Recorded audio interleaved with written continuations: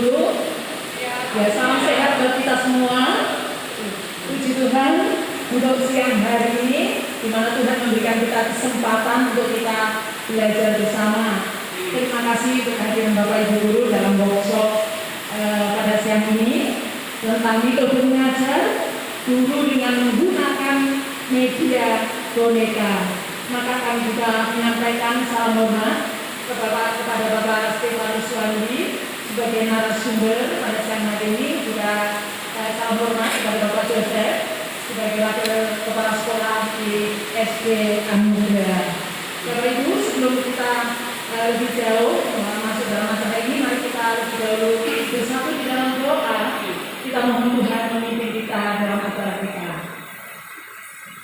Ya Bapak, Allah kami yang maha besar dan maha kasih, Allah yang memiliki rencana yang begitu indah dan memanggil kami menjadi Allah di dalam tangan Tuhan, menjadi guru, menjadi pendidik di tempat ini. Kami bersyukur untuk kesehatan yang Tuhan anugerahkan, juga kesempatan di mana siang hari ini kami boleh bersama-sama menghadiri acara workshop ini. Oleh sebab itu kami memohon pimpinan Tuhan dari awal sampai akhirnya. Tuhan memberkati Bapak Stefanus Suwandi SDPK yang akan menyampaikan materi kepada kami semuanya. Tuhan berikan kekuatan, kesehatan. Terima kasih ya Tuhan. Pimpinlah acara kami dari awal sampai akhir. Di dalam nama Tuhan Yesus kami sudah berdoa. Amin. Langsung saja Bapak Ibu, kita akan mendengarkan sejenak laporan dari Ketua Panitia kepada Bapak Joseph. Kami persilakan.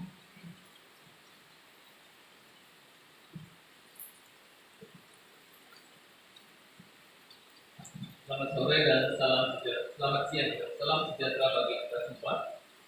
Yang terhormat Kepala SD Anugerah, Bapak Stefanus Suwandi, kemudian Wakil Kepala Ibu Suryani, dan Bapak Ibu Guru sekalian. Puji syukur kita aturkan atas anugerah, berkat dan kasih Tuhan, hingga pada sore hari ini kita dapat melaksanakan acara workshop dengan tema metode mengajar guru dengan media boneka. Pada kesempatan ini izinkanlah saya atas nama Ketua Panitia menyampaikan laporan atas pelaksanaan acara workshop ini. Kegiatan workshop hari ini mengambil tema metode mengajar guru dengan media boneka. Workshop ini diadakan sebagai salah satu bagian dari tugas diklat kepala sekolah yang diadakan oleh Dinas Pendidikan. Tujuan dari workshop ini sekaligus memberikan pembekalan kepada guru sebagai salah satu alternatif media mengajar yang dapat dipilih. Penggunaan media boneka bisa menjadikan kegiatan belajar, khususnya untuk anak-anak kelas kecil, menjadi lebih menarik. Workshop ini diikuti oleh 16 guru SD Anugerah dengan dana dari yayasan dan donatur. Saya berharap melalui workshop ini, guru-guru dapat mengambil manfaat ilmu untuk bisa diterapkan dalam kegiatan pembelajaran. Sekaligus workshop ini juga akan memberikan nilai tambah bagi tugas diklat kepala sekolah. Selamat mengikuti workshop ini. Demikian laporan yang bisa kami sampaikan. Terima kasih atas perhatiannya. Demikian laporan dari Ketua Panitia. Terima kasih kepada Bapak Joseph yang sudah menyampaikannya. Baik Bapak Ibu, dengan demikian maka pembukaan acara workshop pada pagi hari ini kita nyatakan sah. Maka kami persilahkan waktu selanjutnya kepada Bapak Stefanus Suwandi sebagai pemateri. Ya, terima kasih kepada Bu Suryani yang sudah memimpin kita dalam acara kita pada hari ini. Saya mengucapkan terima kasih kepada Pak Joseph selaku Ketua Panitia dan kawan-kawan panitia yang sudah mengaturkan acara ini dengan baik sehingga kita boleh melaksanakan workshop pada hari ini. Nah, Bapak Ibu saudara sekalian, kita ingin belajar salah satu metode mengajar guru, yaitu dengan menggunakan media boneka.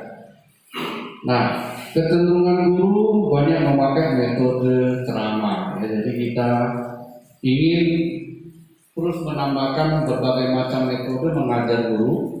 Salah satunya adalah media menggunakan boneka. Nah, kita harapkan melalui media boneka ini kita semua dapat mengembangkan cara mengajar kita, ya. Nah, coba kita akan lihat beberapa materi yang akan kita dengarkan bersama. Silakan mungkin ditayangkan secara full screen.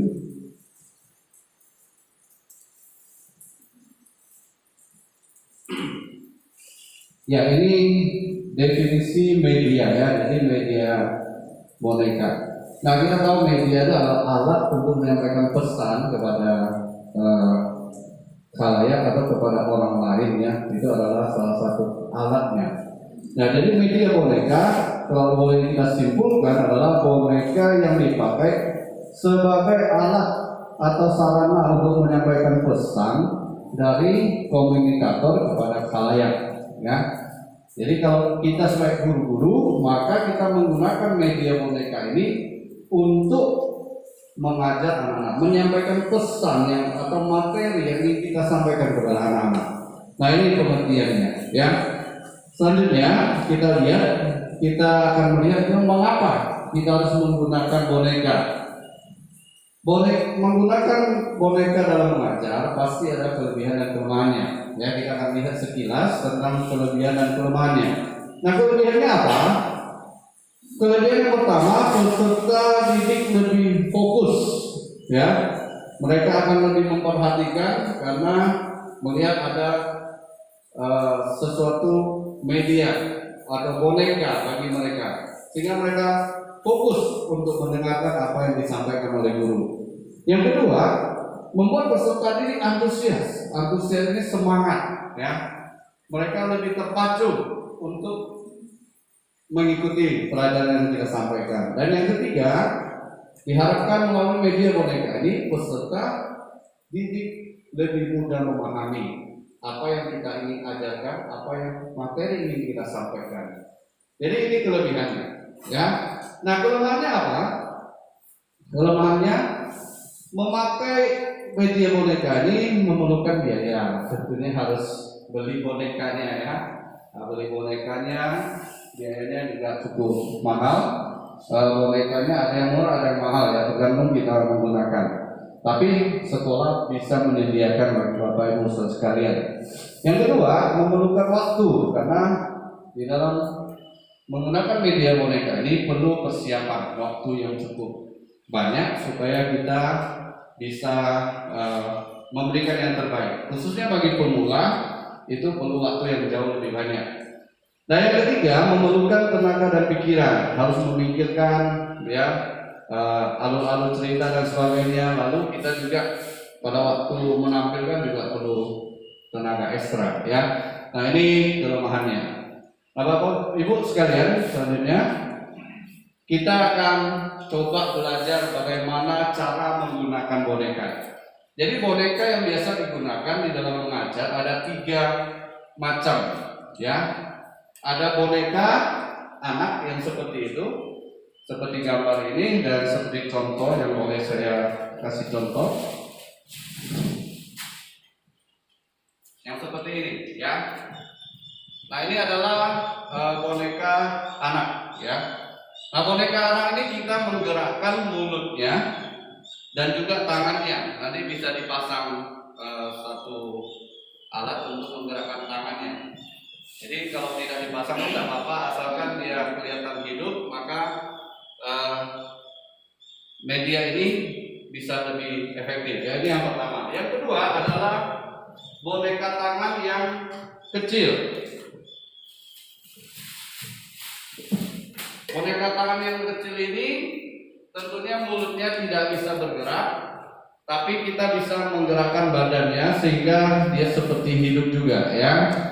Nah, kalau dibandingkan pertama, tentunya lebih efektif yang pertama. Tapi yang kedua ini juga untuk pemula-pemula, ya, tidak ada masalah, ya.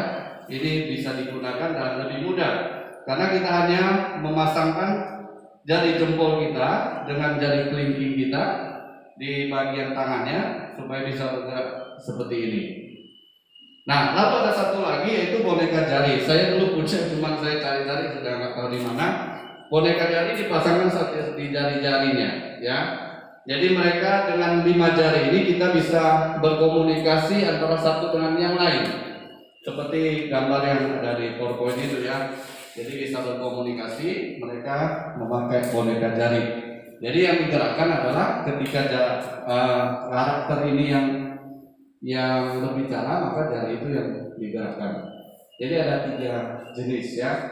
Nah, boneka yang pertama ini umumnya dipakai di dalam panggung boneka. Ya, awalnya di panggung boneka. Tapi lama kelamaan banyak yang sudah menggunakannya secara langsung oleh pribadi-pribadi masing-masing ya. Oke, selanjutnya kita akan melihat bagaimana sih cara membuat pertunjukan boneka menjadi menarik. Nah, kalau kita lihat, pertama harus kita pikirkan pasangan seperti apa yang kita inginkan. Maksudnya boneka ini pasangannya kita mau seperti apa? Yang perempuan kah? Yang laki-laki kah? Atau karakter kakek-kakek kah? Atau karakter nenek-nenek kah? Atau dan sebagainya ya. Kita harus pikirkan dulu yang pertama. Yang kedua, kita pilih boneka yang sesuai dengan karakter rekan kita ya. Nanti kita mau karakternya seperti apa, cocoknya dengan kita. Baru pilih boneka yang kepala dan tangannya bisa digerakkan. Kalau yang ini ya lebih baik ya, kalau lebih menarik ya dibandingkan yang lainnya. Tapi bisa juga digunakan yang lainnya.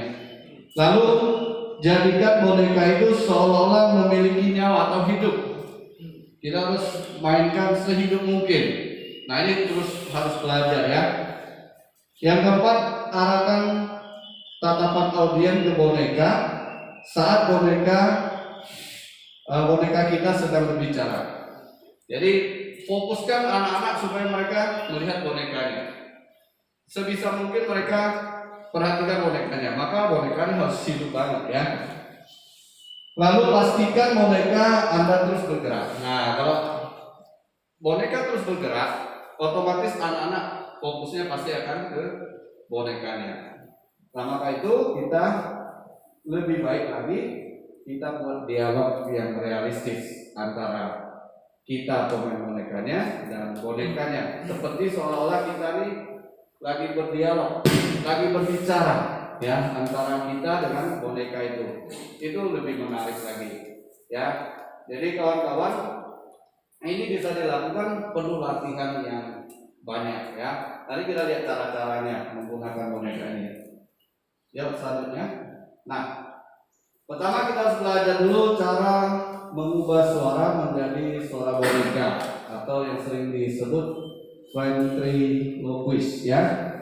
Nah, ventriloquist adalah seni pertunjukan yang membuat objek tak bergerak kelihatan hidup di mata audiens. Nah, bagaimana caranya?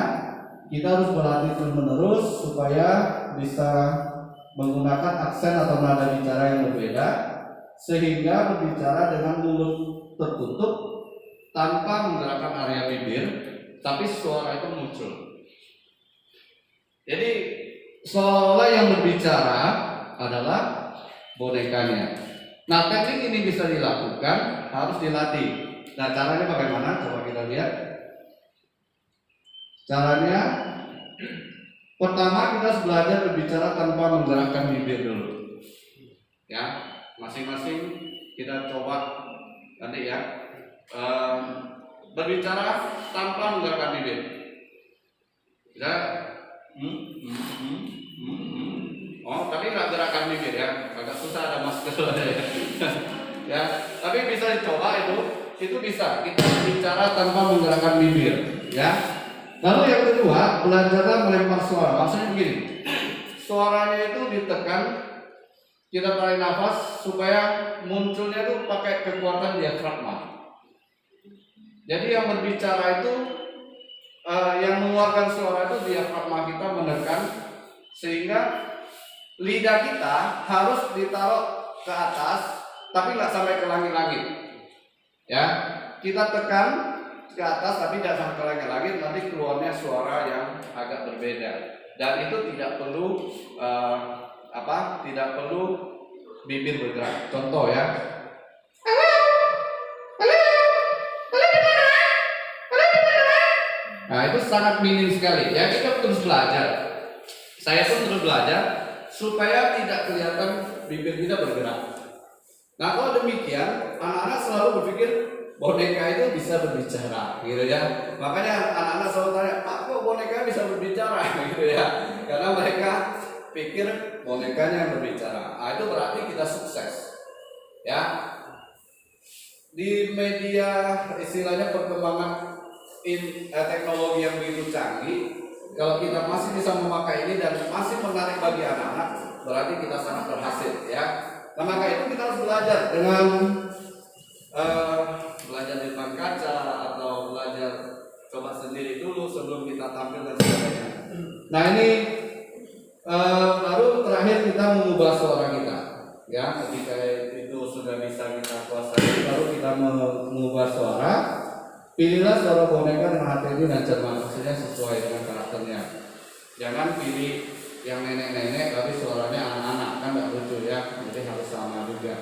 Nah kita bisa lihat beberapa video yang sangat bagus yang ditampilkan. Mungkin pernah lihat Amerika Got Talent ya. Itu ada namanya Stacy kalau nggak salah namanya. Itu luar biasa sekali dia memainkan boneka. Dan sangat baik. Oke, selanjutnya, ya. Jadi teman-teman, kita belajar ya untuk menggunakan media boneka ini karena manfaatnya sangat penting, yaitu peserta lebih fokus, lebih antusias, lebih memahami apa yang kita sampaikan, dan harapan kita melalui penggunaan media ini anak-anak merasa bahagia, merasa mengikuti pelajaran dengan baik dan sebagainya. Dan metode ini biarlah kita bisa membantu metode-metode yang lain yang sering kita gunakan di dalam pengajaran kita. Nah kita harap anak-anak bisa diajar ya dengan baik, karena ini anak-anak adalah titipan Tuhan untuk kita. Dan mari kita layani dengan metode yang terbaik atau yang paling menarik untuk mereka. Nah, kita bisa lakukan, siapapun bisa lakukan. Kawan-kawan semuanya, guru-guru, bapak ibu, semuanya bisa melakukan itu bersama-sama. Kalau tidak mampu boneka yang seperti ini, boleh menggunakan boneka yang seperti itu. Nah, ini bisa digunakan. Begitu ya bapak ibu ya. Nah, kiranya Allah memberkati kita melalui materi ini, dan saya akan praktekkan beberapa cara menggunakan boneka. Nah, cara apa itu harus mengikuti ya, menggunakan supaya boneka itu terlihat bagus ketika berbicara. Nah, bapak ibu, kalau memainkan boneka yang ini, kita belajar yang paling sulit ya. Kalau yang ini cukup menggerakkan jarinya, itu siapapun bisa. Yang lebih sulit adalah boneka yang ini. Ini akan sangat sulit memainkannya kalau tidak pernah menggunakannya. Nah, boneka harus sesuai dengan kita berbicara, sama. Bukan tutupnya harus sama dengan ketika kita berbicara. Contoh, halo, halo kawan-kawan. Jadi tidak bisa halo kawan-kawan. Nah bisa begitu, beda. Halo kawan-kawan. Nah ini berbeda. Nah cara memainkannya ketika tangan dimasukkan ke dalam, yang bergerak hanya di sini saja. Ya bagian atas tidak bergerak. Nah coba bapak ibu silakan mainkan begini. Ya atas tidak bergerak. Yang bergerak hanya bawah saja. Ya kalaupun bergerak hanya sedikit sekali, itu, nah aksennya harus sesuai ya, tidak boleh halo, halo, itu salah. Nah kita nggak boleh halo tertutup 2 kali seperti ini. Kecenderungan orang memainkan boneka adalah begini saja, ya kan? Tak begini, salah. Dia nggak bisa, dia ngomong juga ya, apa nggak bisa begitu, ya kan? Nah kita ngomong kadang ada tutup, kadang ada buka terus, ya kan? Nah halo, halo, beda kan? Halo, beda. Ya, ini kita coba ya mainkan. Pegel pertamanya. Ya, latihan pertama sangat pegel. Kira-kira ada 15 menit Bapak Ibu memainkan ini sudah sangat pegel karena di bagian atasnya tidak bergerak. Ya. Nah, ketika tampil maka harus bisa bagus kalau kita menggunakan beda ya, coba lihat ya. Kalau kita menggerakkan bawah atas, maka munculnya begini. Bagus nggak? Misalnya, halo, halo, halo, kan kurangnya dibandingkan kita menggunakan yang bawah saja yang bergerak. Itu beda. Ini yang bawah saja yang bergerak. Apa kabar teman-teman? Dengan apa kabar teman-teman? Bagus mana? Bagus yang pertama atau yang kedua? Bagus yang pertama tentunya. Ya. Nah jadi Bapak Ibu memainkan boneka tidak bisa sembarangan juga. Ya asalkan kita ngomong kita ngomong aja nggak bisa begitu. Harus sesuai dengan tekniknya. Ya jadi ketika kita berbicara itu seperti apa, kita menutup mulutnya siapa, tangan kita harus sama seperti kita ngomong. Gerakannya itu harus sama, ya. Dengan mulut kita naik turunnya atau tutup bukanya itu harus sama. Tadi bagian mulutnya. Lalu bagian yang kedua yang harus kita coba adalah kita harus selalu menggoyangkan badannya. Jadi kelihatan dia ini hidup. Kalau dia cuma berbicara lalu diam, agak kurang hidup. Ya. Nah kalau kita berbicara lalu dia selalu kita gerakan dengan betul. Nah maka tangan kita harus digigit. Ya, coba silakan. Ya bisa dicoba. Jadi gerakannya sangat lentur sekali, bisa seperti orang berjalan ya. Nah, pada waktu main di kampung boneka kan kita harus tidak mukul tiba-tiba, jangan begitu ya. Harus ada caranya. Nah, ketika di kampung boneka, misalnya kita tampil di panggungnya ya, ini panggungnya. Kira-kira tiba-tiba muncul, nah nggak bisa. Acaranya harus seperti orang berjalan. Munculnya pelan-pelan sampai ke atas. Ya munculnya juga pelan-pelan sampai ke atas.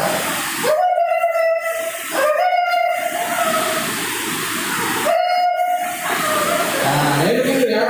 Lalu dia turun, dia tidak bisa nggak begitu. Ya main boneka nggak bisa tiba-tiba dari panggungnya dia tidak hilang, nggak bisa. Dia harus turun juga pelan-pelan. Menghiangnya juga pelan-pelan. Nah, ini harus kelenturan tangan kita harus dimainkan, ya. Jadi dimainkan seperti ini, ya. Nah, kalau enggak nanti nggak bisa. Nah kita harapkan nanti suatu kali kita acara Natal atau acara Paskah kita bisa dulu ada beberapa yang kita mampu kita buat cerita melalui panggung boneka gitu.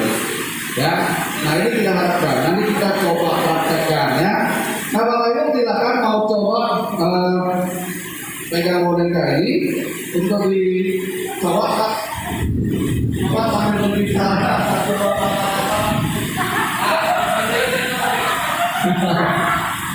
Oke, silakan di video ini. Coba, bilang aja. Halo kawan-kawan, coba. Nah, saya nggak muda ya, saya sulit ya. Coba. Halo kawan-kawan. Nah, ya. Halo kawan-kawan. Nah, kita harus bilangnya seperti ini. Halo kawan-kawan. Ya. Oke, silakan mungkin yang lain bisa dicoba juga.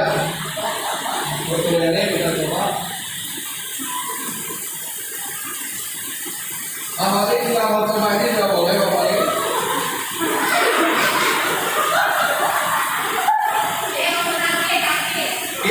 Dia pakai jarinya Pak Mari ya. Oke, yang ini.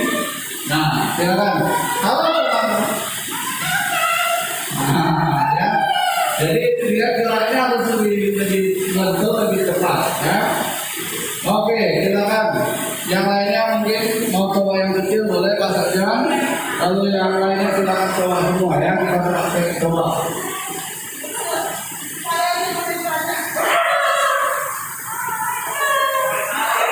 Oke. Ya silakan pulang ya. Apakah bukan pulang dia ngomongnya?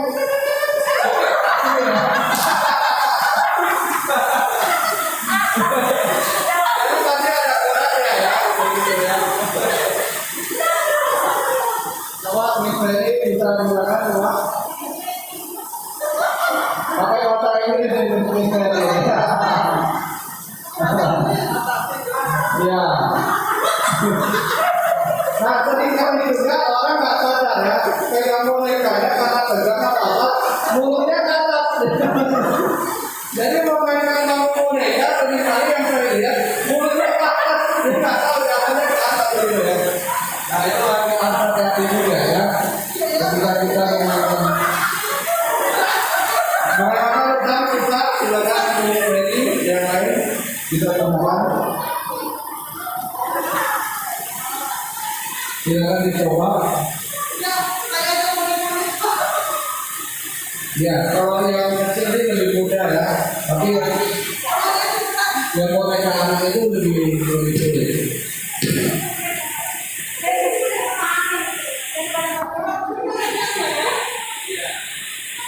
Coba gerakan bagian bawahnya saja. Nah, bagian bawahnya saja yang digerakkan.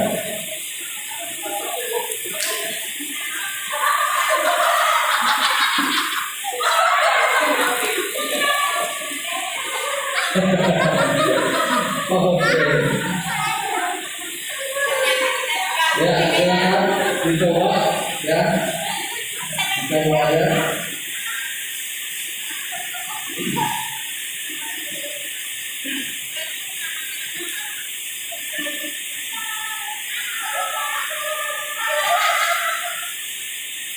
Ya, sambil menggunakan ini ya, energi yang waktu ya, jadi pakai suara yang berbeda, coba kalau ada juga, bisa ya. Coba silakan coba. Didengar aja videonya, kurang memainkan dengan suara yang berbeda, apakah bisa?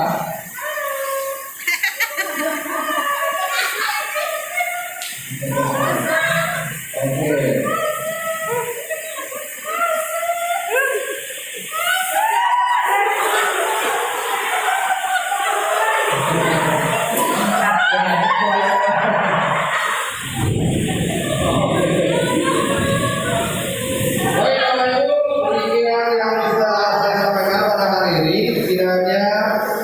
Melalui materi ini memberikan sedikit pengetahuan kepada kita tentang penggunaan boneka. Ya, jadi boneka itu ada 3 jenis.